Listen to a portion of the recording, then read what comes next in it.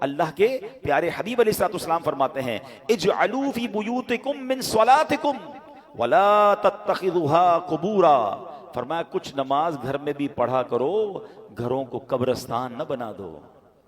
اس کا مطلب beautiful house ہے، ایکسٹرا ایمبیانس ہے، شاندار فرنیچر ہے، سب کچھ ہے میرے اور آپ کے گھر میں، سٹینڈ بائی جنریٹرز ہیں، اور اگر نماز نہیں ہے نا تو وہ گھر قبرستان ہے۔ ہم سمجھ رہے ہیں اتنا لگژری گھر کو قبرستان، نبی یہ پاک فرما رہے ہیں کہ گھر میں نمازیں پڑھو۔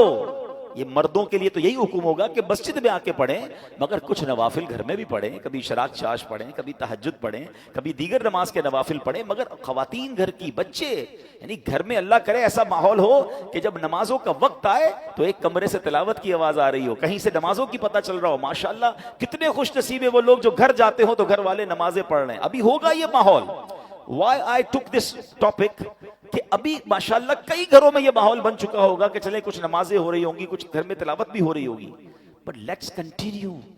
ایسا نہیں فرمایا نبی پاک نے کہ سال میں ایک بار نمازیں پڑھو، فرمایا اپنے گھر کو قبرستان نہ بناؤ، اس میں نمازیں پڑھو۔ اے میرے پیارے اسلامی بھائیوں، ایک اور جگہ پیارے آقا فرماتے ہیں اکرموا بیوتکم ببعد صلاتکم، یعنی کچھ نمازوں کے ذریعے اپنے گھروں کی عزت بڑھاؤ۔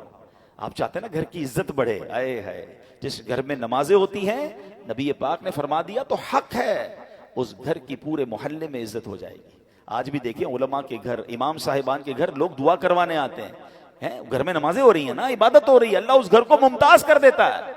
ہم سمجھتے ہیں ایکسٹرا لائٹ لگاؤں گا، ذرا خوبصورت ایلیویشن کروں گا، ذرا ہٹ کے ڈیزائننگ کروں گا تو وہ سب سے مشہور ہو جائے گا۔ نہیں، عزت دینے والا رب ہے، اور اللہ کے سب سے معزز بندے ہیں، اللہ کی مخلوق میں سب سے بڑھ کر عزت والے کون ہیں؟